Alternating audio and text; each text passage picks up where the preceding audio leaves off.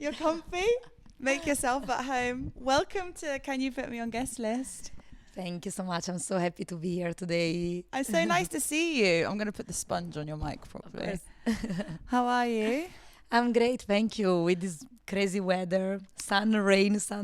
I know. When you were coming to my house now, I looked outside and there was so much rain and I was like, oh my God, she's going to be soaking. And then I messaged you like, I hope you're not going to be wet. And you're like, no, I have my sunglasses on now. Exactly. In that moment, there was the sun. Then 1 minute after, umbrella on. This weather's nuts. Yes. It's crazy. Do you like living in London? Yeah, yes. Now, yes. I used to live here a while ago and then I was missing Italy then. So I moved back to Italy. But now I'm happy to be back because I feel that it's a very vibrant city. There is stuff happening. And for a creative, is one of the best cities in the world.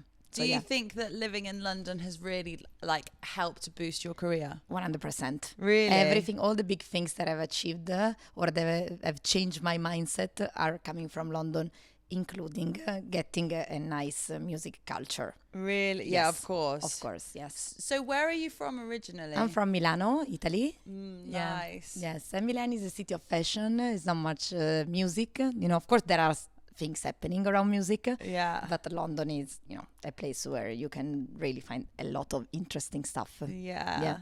So, wait, I'm going to actually give you one of these. You bought us a nice little cannelloni. Yes, of course, Italians, when you visit other people in their home, you always bring a gift. You bought a little gift. Can we have one? Of course. You're so cute. Of course, cannoli nobody siciliani. Else brings me treats on the podcast.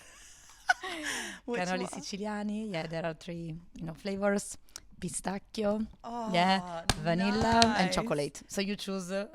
I would probably go for pistachio. Of course. Yeah. Thank you. This is so nice. You brought me a little treat for the podcast. I can see. Disco's like, you're not eating this, Disco. He's very interested. Look, suddenly his, level of attention is... Oh my God, that's so good. Do you want one? Yes, I'll take a bit. Where did you get them from? Actually, a place next door. Really? Yeah, so whenever you want, you can just basically go downstairs. Yeah. That's so nice. Yeah. It's a place called the Artist Bar. The Artist Bar. Artist Bar, yeah. Oh, these are good, Disco. Disco will try and make a few guest appearances. He's looking at me like, I want. He's like, you're my best friend, Cristina. So on the podcast, we kind of start from the very beginning. And I would love to know where your love for music came from and what your first steps into not what your first steps were into the industry, but like your first memories of music.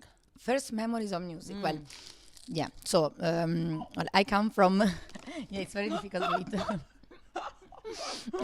I come from a family of creatives. So my grandmother used to be a piano teacher, actually. Yeah. So, in Italy, it's very common that parents leave kids with the grandparents when they are available. So I used to spend a lot of afternoons after school at my grandparents' home. And my grandmother was there either giving piano lessons or free to play the piano with me. So I have these memories of me playing the piano almost every day with her. Yeah. And this kind of, made me closer to this instrument. But I was already a bit of a rebel when I was a kid. You were a rebel. Yeah, I've always been a rebel.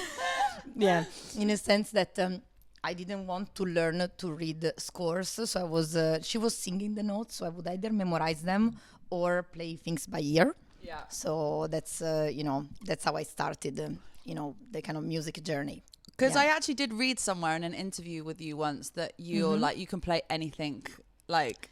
by ear. Yeah, I mean, if you tell me a song, I'm just gonna, if I have a piano, I can replicate the melody. I don't know how, my hands just go. That's crazy. Yeah, I actually, whenever I see anyone do that, it actually mesmerizes me. Yeah, I don't know. I always think, I don't know why my hand goes right or left, it just goes. Wow, that's amazing. Yeah, so this is something that, I have always had. And when I was a teenager, then I remember one day I was at this trade show with my mother, and there was an area where there was a pianist playing to like entertain people, and he was playing again without the scores, everything by ear. So my mother went there and he said, would you like to give some lessons to Cristina, because she needs to learn also the part of harmony. She would like to learn to write music. So I started doing lessons when I was 14 years old with this teacher, and that's how I learned to compose music. Wow. So when I was a teenager, I had this kind of creative period where I wrote music, and I also did singing lessons. And I remember like composing and recording this album of 3 songs, pop songs. So Pop songs. Oh, cute. Yeah, do you in still have them? I still have the CD somewhere. Yeah. I love that. Yeah, but at the time there was nothing like X Factor or things like that. Yeah. So either you knew someone in the music industry, like record label owners, whatever, or it was very difficult to emerge. So I kind of kept it there as a dream. This CD was there every now and then when I was moving.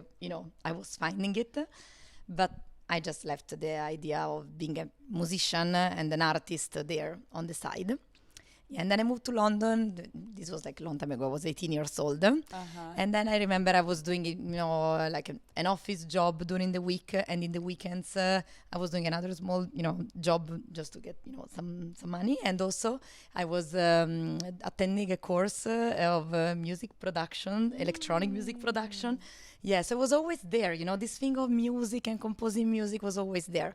But then I got kind of, sucked into the, corporate life. Here in London. Here in London, yes. My parents really wanted me to have the typical career, in an office. So I ended up, studying business management, and then I worked in tech. And then when I was on maternity, so, 10 plus years after, I took a DJ course to just take, my mind away from, motherhood duties. Yeah. Because it was very demanding. I didn't have a nanny, and I was like, it's tiring. I need some me time.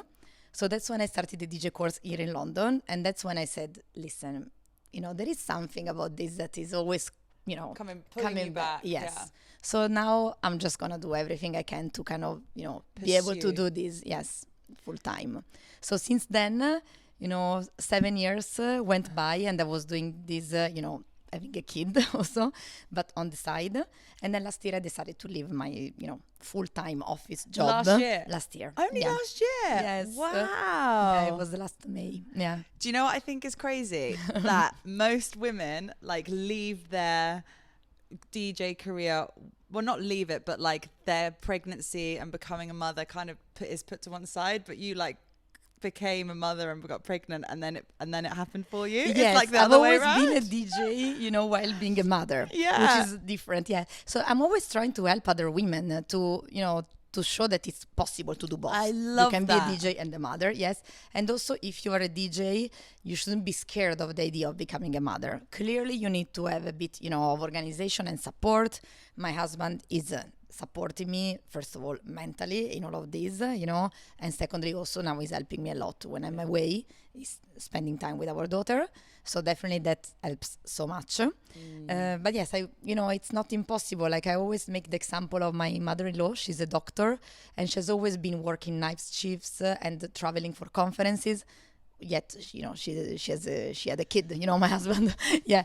And she made it. Yeah. It's so true when you look at it like that, when you think of other jobs that are, because I think sometimes some people think, oh yeah, you know what, because you're going to festivals and you're going to events, like it doesn't always go hand in hand. But if you think of like a doctors, that's they always do night the example shifts. I make. Yes, they do night shifts, they travel, they work hard. So true. Like 24/7 basically. They need to be available 24/7. I see, my mother-in-law, whenever I go to Serbia, because she's Serbian, her phone is ringing all the time, Yeah. And I'm like, you can still make it happen. You can be, having a family and, still be good at your job. Actually, I think that a woman, if you are more accomplished in whatever you do, of course, there are different types of ambitions, but if a woman is accomplished, she's also a better mother and a better wife. I really believe that. Yeah. Yes, because you're feeling better as a person. You're more satisfied. You're determined. You feel like you can do anything. Yes, and also if you are just happy with what you do, you are, approaching life differently. Do you have a lot of women come up to you and ask for advice on this topic? A lot. Really? Yes. Yeah. So, and for me, it's nice to help other women. And a topic that always emerges is that of self-confidence. A lot of women feel that they have like an imposter syndrome. They feel they're not good enough. They are scared of kind of showing themselves or approaching people.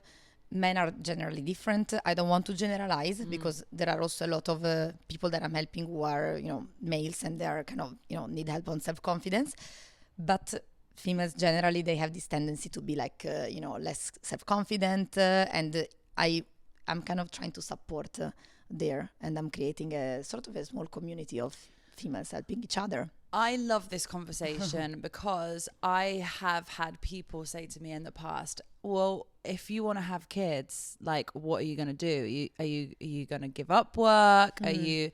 Because I also travel a lot with work as well, nowhere near as probably as much as you do. But I think this industry, you do tend to travel a lot for work, whether that be conferences or festivals or events or even for meetings. Like, there is a lot of travel involved in the industry that we work in.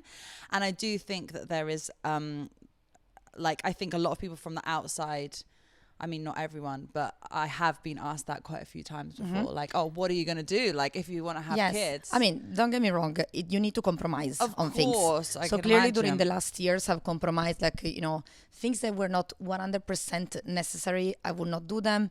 I see, a lot of DJs that just hang out in the DJ booth non-stop, and that's the way they do networking.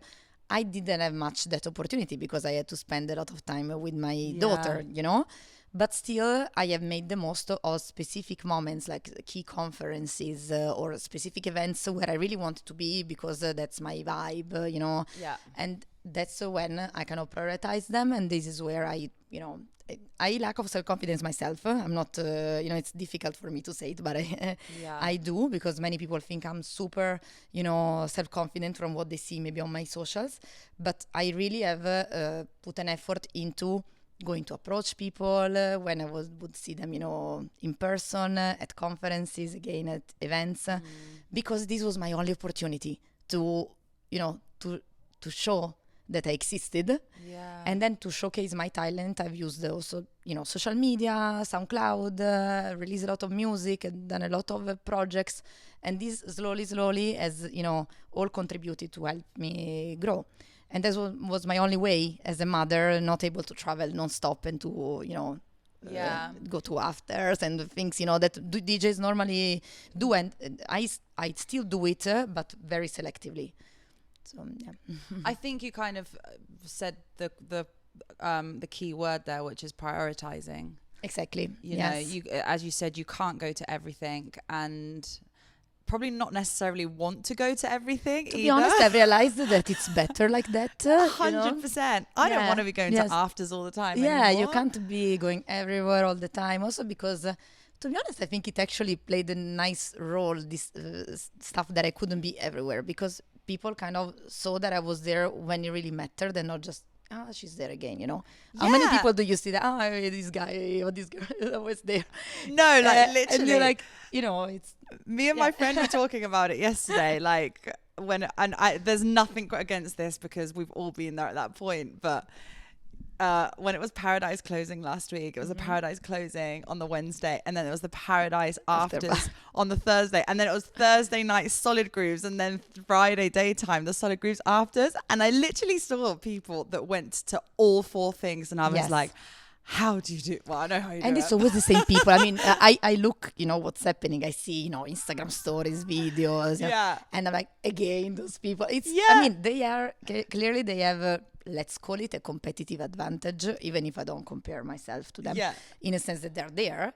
But still you can find other ways to still be present. You just need to be a bit strategic, I think, about it. And, do whatever you can with the means you have. Yeah. Do you find that going to conferences has really helped with that? Yes. I mean, I've always said that... you always go to conferences. I see yes, I mean, I have that business mindset as well. So, to be honest, the fact that my parents pushed me into that business stuff before doing music, it really kind of shaped me as well. So, I think that's my differentiator. So I like to enjoy going to these conferences because, first of all, I also feel very, challenged by how smart people can be in the industry, or new projects happening, new trends, and I really like it. I feel like I'm learning new things. And then also, a lot of things can emerge from these situations. Again, it's not happening in the DJ booth having a conversation, but it can also happen there. Yeah. So, it's for me, it's very interesting. So I've done a lot of that stuff. Yeah. Do you have a conference that you think you gain the most out of? Well, I've done a few of them. For sure, AD is very, curiously, I'm not going this year because some family matters, yes. Yeah. But AD is very interesting. But the advice that I give to my students, because I have some students and maybe we're going to talk about it, it's to go during the week. Prioritize, again, the week rather than the weekend, because the week is where you can go to industry mixers and you can really talk to people rather than going to the big parties and you get lost in the mass, and it's very difficult to get in, and then everyone wants to get backstage, and it's you don't get much out of it unless of course, you want to listen to good music, clearly you get that, but I think that the weekdays of it are for me the most important ones. Similarly, I love XP. I'm going back this year. Yes. XP was... I remember, actually. Yeah. So for anyone that doesn't know what XP is in Riyadh in Saudi Arabia. Mm-hmm. And it's like the first music conference in the Middle East region. Yes. And it's really great. It's like... It's really great to be part of because it's the beginning of like their music scene there. So to be able to be part of the growth of something that's so new is really lovely. I'm really excited. For me, that's the one when I tell you I like to feel, excited about things. XP is amazing. They're building electronic music from scratch. In the Middle East, an area that is very eager to bring the raving and the club culture there. Yeah. In Europe, things are a bit saturated, 100%. Clubs are closing. Everyone is, there is too much offering. Totally. Yeah. While in the Middle East, especially if you have the know-how and in your mind is open enough to think like, you can bring your know-how there. Yeah. They welcome you to help them, 100%. So, I think a lot of people were very judgmental about this at the beginning. There was also a lot of DJs so XP is the conference and then Soundstorm is the festival that they do a couple of days after. And there were so many people at the beginning that were like, when I went for the first time, I even remember like family members being like, well, why are you like, why would you be part of that? But my argument on this is that if we don't go to these things from Europe or from the States or from the UK, that how is it ever going to grow and how is it ever going to change? Exactly. Plus, for me, it was a discovery. I went there on my own and I thought, maybe I need to wear a veil, whatever. How do I need to get dressed? I arrived, it was super cool. Everyone was extremely welcoming. It was very safe. And I was like, we have such a big misconception, but there is, in everything in life. My husband is Serbian and a lot of people may think, Serbia, whatever, they may have heard in the news. And Serbia is one of the most amazing countries. I'm going there to play on Friday. I can't wait. The vibe is amazing, so, depending on where you are in the world, people may have different misconceptions about, places. Totally. So I like to go and see, and I'm actually going back for the third time to Saudi this December. Oh, and for me, it's amazing. I can't wait. I know, it's so good. And I remember not knowing that you were there, which is also an amazing thing, that being at a place that's so different and random, you don't know a lot of people there. And I remember going to this to the XP conference, and there was somebody playing in the middle, and then I was like, this is such a vibe. So and then I looked and it was you, and I was like, oh my God, you're here. Music was amazing. Life was amazing. So it was great. And the people there give so much energy. Yes. So, I like to, in general, I'm a rebel, right? So I like to explore things and to kind of say to others, look, open your mind. There is a world out there. There are new things that can happen. The world is full of opportunities, right? So you can build them. Yeah. Exactly. 100%. Going back to what you just said, that you're a rebel, because you said this at the beginning of the podcast, that when you were telling me about your journey. So you were doing your piano lessons and Yeah. playing the piano with your grandma, and then what happened after that? Do you just Yeah, I mean, then I had that period where I was composing music when I was 14 to 17.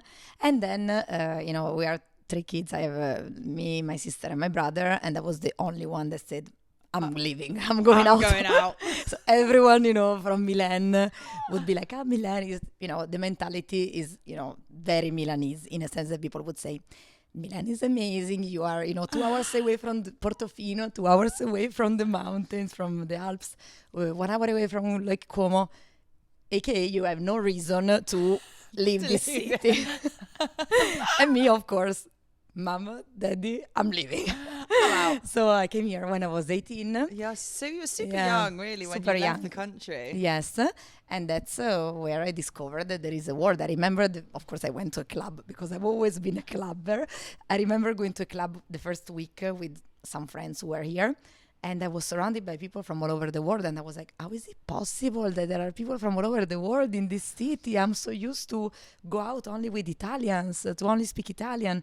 And that's where, I kind of learned that there is, a life out of your home. Yeah. And these were the years where I got also mostly influenced by music. I was going to Fabric all the time. 1001, The End. I don't know if you remember, The End used to be a club here. We used to do Circo Loco as well. Yeah.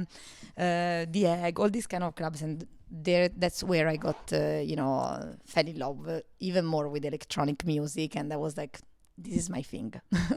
So you went into your corporate job, which was marketing, right? Yes. Yeah. So first of all, I did a few years in music publishing because again I wanted to do something related to music. Yeah. And then I was here in London for a master's, and because I did music publishing, which is relying so much on the past and on music rights, at some point I was like, now I want to get an understanding of the future.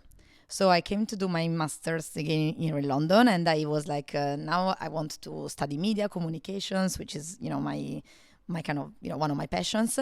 And I was like, after this master's I would like to work in tech. So I remember that after the master I started looking for jobs, and I ended up working for Apple first. Yeah. Wow. That was a big start. It was nice. Yes. And then just a year after, my manager from Apple moved to a company that was bought by Google called Nest, which maybe because in the UK it's pretty big. Yeah. And that's when I joined Nest, and then it got kind of involved into Google, and I'm always doing marketing, a variety of marketing roles. So I've learned to really bring a product to market the Apple way, which means in a very, very precise and perfect way, but also the Google way, which is more diverse, inclusive. So I kind of learned the two approaches, and I love it because I always try to apply both approaches. The approach of Apple, which is more iconic, everything should be done in the same way regardless of where you are, while Google is the opposite. Like if you think about even the logo is so colorful, and it's all about try things, test things, and see what works depending on the country where you are, and then if it works, fine, we scale it everywhere else. So I've learned these two approaches to how to be, how you can launch things, how you can bring things to market, how you can help millions of people. And it has really kind of shaped me. That's why now, as an artist, I also feel that I can also help people and launch things and work on a lot of projects. I really like it. That's so interesting. How would you decide what approach you're taking? So, well, I really bring a mix of the two. If you look at my project, Lazic, which in French slang, Lazic stands for La Musique, the music, yeah. I love that. Yeah. I mean, it couldn't be more fitting, really. Yes, it's perfect. Exactly. So the way in which I conceived Lazic was, of course, the Google way, meaning I opened a Google document, and I was like, I'm going to write down my idea, And then I was like, it's not going to be just a label. It's also going to be something a bit more entrepreneurial, in a sense that I want to build a brand, but I want to build a brand that is helping artists grow. So because I'm good at helping people, motivate them, help them grow, I have this educational aspect that I've always had with me. So I'm going to start a mentoring program. So it all started as a mentoring program, and now it's evolving into an academy of marketing for DJs. Yeah, so, I've always had this approach of be very organized about the way you structure your thoughts and then bring it to market, but try to strive for excellence in matters of branding, the Apple way. Yeah. But the whole idea was very inclusive, to involve a lot of women in the project, to help artists grow. And now I see that people are like, oh, thank you for giving me the opportunity. I'm like, well, you're just a talented artist. Of course, I give you the opportunity. But I realized that, it's not common to have people that are very empowering and helping other artists grow. Yeah. So that's my that's a differentiator now. Yeah. And that must be such a satisfying thing for you to do as well, knowing that when you see other artists grow and you've given them your help, that it must feel like wow, it proud. Feels really nice. Yes. I mean, now I have some artists in the label that their music gets played either through my label or through other releases by all the big DJs, and I can see that some of my mentees are really killing it and wow, yeah. So it's nice. I feel as they grow, I grow as well. Yeah, I was just gonna say that. It's an halo effect. It's not that you're only growing and I'm not. I'm learning so much from them.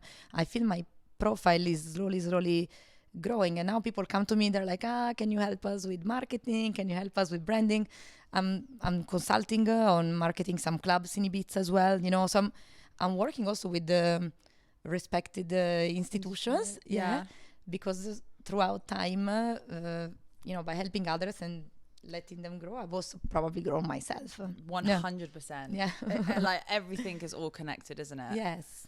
Do you have any artists that you have on your label or that you've been working with that you are specifically very proud of? Yes. So one of them is Antonio Romano. So Antonio is the A&R of Lazic. Yeah. Yeah. So he really deserved it. Since when I was even just a DJ without having all the label project, he would send me music first. And I was like, this music is amazing. This guy is very talented and it's so similar to my music. So I remember he was just giving me the, right away, exclusively sending me music. I was like, why did he choose me? I don't know. And he started coming to my shows. And I was like, this guy is good. He was hosting a monthly podcast on how's it called? Data Transmission Radio. Yeah. And he was featuring a lot of my music as well. His sets were really good. I was like, well, this guy is making the extra effort and likes my music for some reason.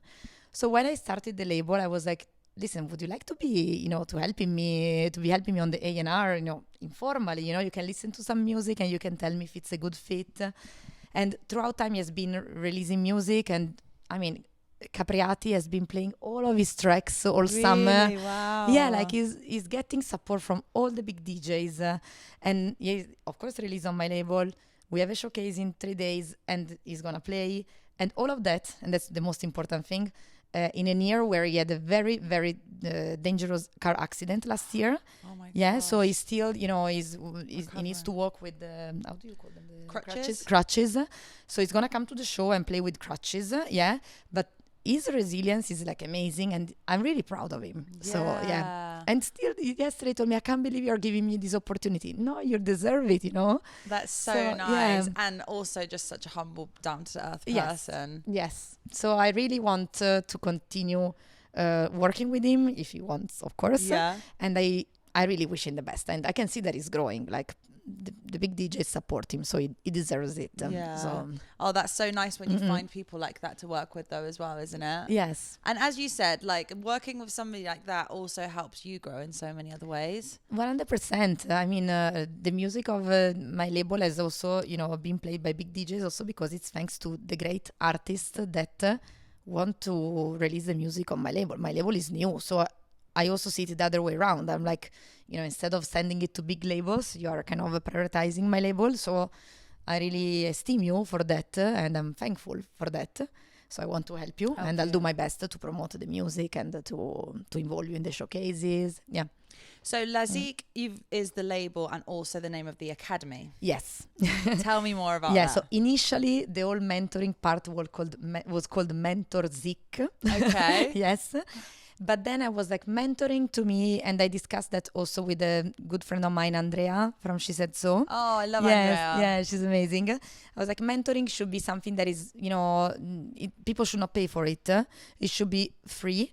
And I think then it becomes coaching if you are kind of charging for a service like that, but still it's my time and I don't have any more the Google salary, so I had to charge people. So I was like, let's not just make it the most accessible possible, because again, I'm not interested, in that, profit side of things. I'm interested in making a living, but making sure that people can access whatever I'm making available. So I have evolved the mentoring course, which I was doing one-on-one with people. 10 people initially, now it's almost 30 one-on-one lessons. Now it has become 8 lessons online that you can access with a course. And then if you on top you want to book time with me and my business partner in this project, you can book time with us, and we can help you on anything and deep dive on anything. So when you say anything, it can be anything from production to marketing. Actually, that's a great question, because the academy comes from the fact that it's full of schools of production and schools of DJing. And, these people have an expertise, and I don't want in any way to kind of, dispute that. So I was like, what I am good at is marketing. I'm good at helping people be motivated, first of all, be strategic about the way they build a goals plan, and then brand themselves. Like find your, the keywords that identify you and they make it, that you can push as your story. And then after that, all the marketing strategies, doing ads on Instagram, coming up with content, could be content on social media, content on SoundCloud, concepts that differentiate you. And so all of that marketing side of things, academies don't offer it now. There is no place. There are a lot of fragmented information online. So everyone was coming to me for that. I was like, okay, if everyone is coming to me, maybe I have the know-how. So I kind of structured it, and now it's going to be available as a course. So it's an online course. It's an online course, with, of course, remote coaching. Of course, we're also going to do workshops with other academies. Maybe they're mainly focused on the production or technical side of things, and they need help on the marketing or branding front. And then my dream is to also have a boot camp, like 2-3 days somewhere, maybe in Ibiza, where we meet, we do the lessons in person, and we also do some practical side of things, like we create content, we take pictures for your APK. So to have that practical studio part. Yeah, and then maybe one day, who knows how that's gonna evolve. Yeah, that's super exciting. Yeah. How do you find the time between being a mum, touring, I work a lot. doing the course? Yeah, well, the course is done, so now it's going to be... The course is done. It's done. Okay. Yeah, it was very hectic months, but I have a business partner who is also helping me on the day-to-day. He's very good with the technical side of things, websites, URLs, all domains, all of that. So he's helping there, And now the focus, I am very organized. Like this month, the focus is pushing the academy, producing a lot because I have less gigs, and it's my choice to have a bit less gigs because I was traveling like crazy. Yeah. So it depends, depending on the month on which I'm, and how busy I am with touring, I try to get organized on the rest. So In terms of marketing, what do you think is the most common mistake that an artist makes? Yes, I tell you, I know perfectly. The most common mistake is that there are so many talented people. They focus on making great music, and then the music stays there. You know how many tracks are uploaded daily on Spotify? How many? 120,000 tracks. Wow. But now most people release music independently. So they release their music, and, it stays there. They use, CD Baby or whatever, DistroKid. They put the music out there. Maybe they make a post on their social, and that's it. And the music stays there, no plays, and so what? So this is the most common mistake, that people don't build a story behind what they do, and they don't market it properly. I don't mean that you need to invest a lot of money, because everything I've done it, with very little financial means. But still, I think that I've told the story And then people were sending me music to the label before I even, started, there was just an Instagram. One guy approached me and he told me, I'm sending you demos because I like the branding. Can you believe it? So I'm like, okay, yeah. So it means that if there is a story and if people perceive that there is something, there is a soul behind things, then they will more likely attach to whatever you bring to market. Yeah. That's something I've learned from, why do you buy an iPhone versus another phone? Yeah. There is a story behind it, you know? Yeah, no, of course. That makes total sense. Yeah, and it sounds very, common sense, but you need to actually, apply it to you as an artist. Yeah, 100%. Yeah. So that's what that's the most common mistake. People don't, I work with a lot of talented people. I'm not going to make names, but there is a guy that I've been telling many times, please take some care of your socials. Your music is amazing. All the big DJs are playing. No, I don't have time. I don't believe in that. I don't want to say that you need to become a TikToker or an influencer. Actually, I think that's the wrong side of the industry, to be honest. Yeah. But as long as you just tell a story and you work on, creating something that people will remember, then your music is going to, is going to grow. Yeah. The thing is, it is an extra job. It is something else you have to think about. Mm-hmm. It's not just just make music and that's it. Or even with the podcast, for example, there are so many other podcasts out there, and creating an episode, but then you also have to do all of the reels and all of the, the artwork and this and that. It's not like you just create it now and then that's it. You have to put it out there. There's so much more to think about, and it is an extra task. But yes, you can organize it. That's what I'm helping also people with. Organize your time, build the goals plan to be very realistic and specific. You want to go to the gym to have a good body before the summer, Yeah. You have the dedication. Have the same dedication into building a rough calendar of what is going to be on your socials, which is a reflection of what you do, whether it is recording a podcast, whether it is, filming yourself when you play, things like that. I made a lot of effort on filming myself at home, and I was so shy to post the videos on me, playing at home during COVID because I was like, what do I do now? Yeah. It was a lot of effort, but people noticed me, and the labels noticed me, and even the, Soundwaves crew noticed me. It was really difficult for me to be, accepted by certain crews because I was like, you need to prove your technical skills. And I was like, maybe by using a bit socials, they're actually going to dislike me even more, Actually, if you play it smart and it's aligned with what's your story, people eventually like you. I really believe that. I do too. Being true to yourself. It's last year and also this year I did this thing which was what's happening in Ibiza every single day. Exactly, yes. And I got so much work from doing that, which at first I was like, do I really want to be doing a video every single day talking about what is happening in Ibiza and what the lineups are? And it was such an effort to do, and I would do it if I were hungover, if I hadn't slept, if I'd left a party, I would do it. But actually, at the end of the season, I realized how much I had gained from it. So I think it's just consistency and 100%. I'm trying to help people. I'm like, fix this goal in 6 months, and I'm trying to help them be realistic. Otherwise, you get frustrated, Yeah. But fix these goals. Try to be, consistent, Yeah. Every week dedicate some time to whatever, or maybe come up with a podcast series with the team or whatever. Every month you publish it on your on your SoundCloud and of course also on your Instagram. People are like, but then if they do it, there is the result. And there's also such a feeling of satisfaction after uploading something like that. And I know sometimes a video that is 30 to 40 seconds long can take hours to do, but once it's up, it's like, yes, I've done it. Yes, it takes a while to learn the skills. Now I can use CapCut.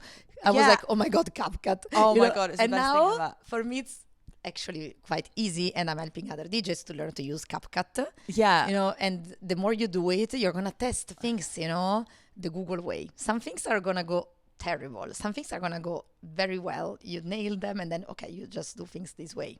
Yeah, definitely. If you don't try and start, you will stay there in your room and be a bedroom DJ forever. I'm sorry. I mean, especially nowadays, how many DJs, everywhere are emerging without doing a bit of marketing. And I'm not saying, again, you need to be an influencer. Just do a bit of marketing to tell your story. 100%. Yeah.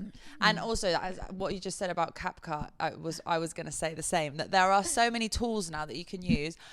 I'm probably a bit late to this one, but I just discovered it a couple of months ago. Is Opus Clip. I don't know it. Oh my God, it's so good.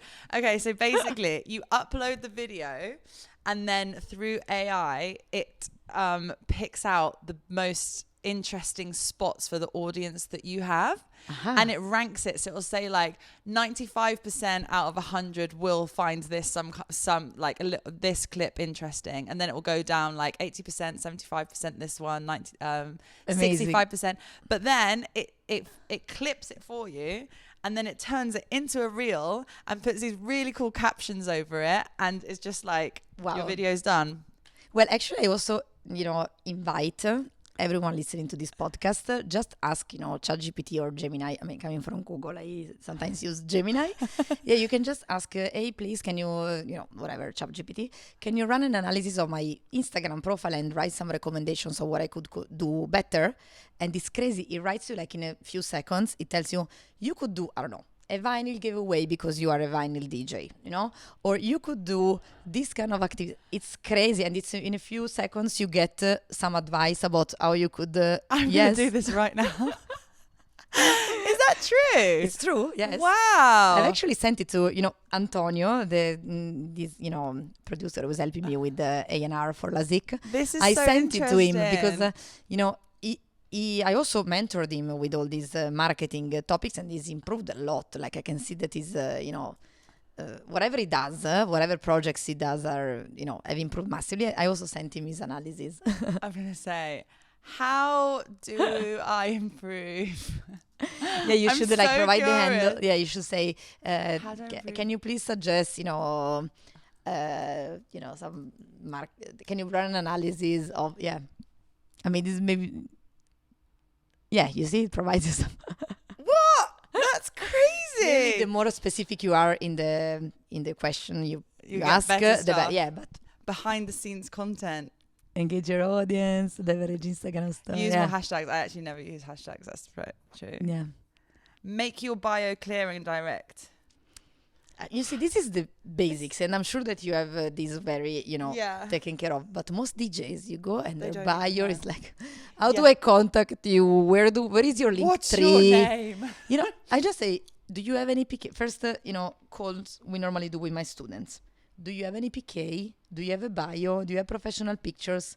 Sorry, but the picture, the very amatorial picture on your SoundCloud, no, and now you can take professional pictures even with, your iPhone. Yes. Yeah. Bio, link tree. It looks, why I was approached by my current manager. I don't know if you know, but I work with Grace. She's the manager of Loco Dice. And I've always looked at her like, wow. And she actually approached me and she told me, I'm not here to be a nanny of DJs. I'm here to work together to make them grow. And I can see that you're organized. You have, things in place. So I guess that most DJs probably don't have that, Yeah, for her to come over and approach you. Yeah, but it's as easy as that, Just get organized, get your link tree, get your, press kit done, your bio done, contacts wherever is needed on your SoundCloud. It's very basic stuff that you can do in a day, Literally. Yeah. Literally. So you start from that, and then of course you improve it and improve it. Yeah, like do the small things first, and then after that you can start thinking about the actual strategy behind it. Yes. Yeah. Yes. And I guess that goes for, it's not even just music, it's just anyone that, any creative, really. Any creative, yes. So we're coming near to the end of the podcast. I have some quick fire questions for you to end. Of course. Oh my God. Which normally everyone hates, but we're going to do it anyway. Okay. You can play back to back with absolutely anybody. Who would it be? I've already answered this question, so I'm prepared. Enzo Siragusa. My favorite. Nice. Yes. Love that. What was the last thing that you searched for on Google? Was the last thing? Oh my God. I think, yes. Northern Lights Iceland, because I saw the Northern Lights last week in Iceland. I was in Iceland, yeah. Oh, I saw your video. Yeah, and it was my dream to see them. And now I'm actually monitoring if there are again. The other day I said to my husband, Marco, I was like, there is a high probability of seeing the Northern Lights, because there was also probability of seeing them in Scotland. So I was like, shall we book a flight and go again to Iceland? So this is the thing I'm now searching. Now she's obsessed. Obsessive about the Northern Lights. Remember, did you ever see them in London? I think it was like August or September. I haven't seen that. It was crazy. Really? Yeah, it was like, I didn't even know it was happening. And I was watching TV and one of my friends messages me and was like, you need to go upstairs and you can see the Northern Lights. But it was more like the pinky one. It was so beautiful. But to see it in London where there's so much light pollution, it's quite crazy. Well, I saw them in Iceland. Yeah, you see them in Iceland. And now I just want to... It's like see them again? Yeah, I want to see them again. They are very it's nice. Crazy, yeah. Your favorite city to party in? City? Amsterdam. Oh, yeah. Yes, amazing. What is the app, besides like Instagram and WhatsApp, that you use the most? Google Calendar. Shazam. Let's say Shazam. The musical one. Yes. What is the best hangover cure? Best hangover cure? Oh my God, a lot of water. Yeah, and maybe soup. Serbians have a lot of soup. So, yeah, especially in Serbia, we have like chorba, which is this soup. What's it called? Chorba. It's like soup. Yeah. Nice. What's it got in it? Everything, like meat, vegetables, whatever. Yeah. Which is the emoji that best represents you? The smile. I always smile. You are very smiley. You have a very nice smile. What's your favorite studio snack? Studio snack. I love those bars from Naked. I think they're called Naked. Yeah. I like them chocolate too. Bars, yeah. Yeah, they're good. The last gift that you gave, these. Yeah. Which was so good. I love, gifting others. Yes, a lot. You're so sweet. Okay, what was the last gift that you received? Last gift that I received? Oh my God, I'm trying to think. Yeah, I received a Moby's concert. Yes, as a birthday present. Yes, from two of my best friends. Yeah. Have you been already? I've been. Yes, it was amazing. Yeah. Oh, I would love that. When's your birthday? In September. So yeah, early September. Yeah. Nice. I love this ring, by the way. Thank you. It's so beautiful. Another birthday present from my mother. Yeah, it's gorgeous. And then the last one is, because this podcast is called Can You Put Me on Guest List? Do you have a guest list rule? Yes, actually, I print the t-shirt for Lazic, saying my guest list is full. Because I'm a people pleaser, for me it's so difficult to help others, and I want to, it's so easy to help others, but it's so difficult to put boundaries on helping others. I totally agree. So with the guest list, I have implemented this rule of first come, first served. I have 10 places normally. First comes, first served, regardless of, if you're my family, you're my best friend. I have many friends, Yeah. So I'm like, 10 people, that's it. I can't do anything else. Otherwise, it really, puts me too much under pressure and I risk to not perform as I want. Yeah. Yeah. That's a good one. Yeah. Nobody said that before, actually. The really? First come, first serve. No. And then finally, we play this game called Pass the Question, where every guest on the podcast has to pass a question to the next guest without knowing who it is. Okay. So the last one is from Miles Shackleton from Tool Room. Okay. And his question is, if you could go back in time to one club night, which would it be? Yes. Well, it's a pretty recent one. It's Amnesia opening this year because I played and then I stayed there until the morning with my husband, and it was amazing. Only music lovers, no phones out. Music was great all night long. So I would go back there. It's pretty recent, but I would go back there. Nice. I like that. Good answer. What is your question for the next guest? And it doesn't have to be music related. No, okay. I have one. Yes, because I'm such a rebel. When was the time you have been the most rebel in your life? Okay, I like that. That's a great question. The most rebel you've ever been in your life. Yes. Okay. I love it. Thank you so much. Thank you so much. I enjoyed so much. Me too. It's been so nice to chat with you. Likewise. Thank you for the gift. My pleasure. And I wish you best of luck with everything that you've got going on, because I know you're super Thank you. busy. Thank you. Thank you. Thanks for listening. Bye. Bye. Bye-bye.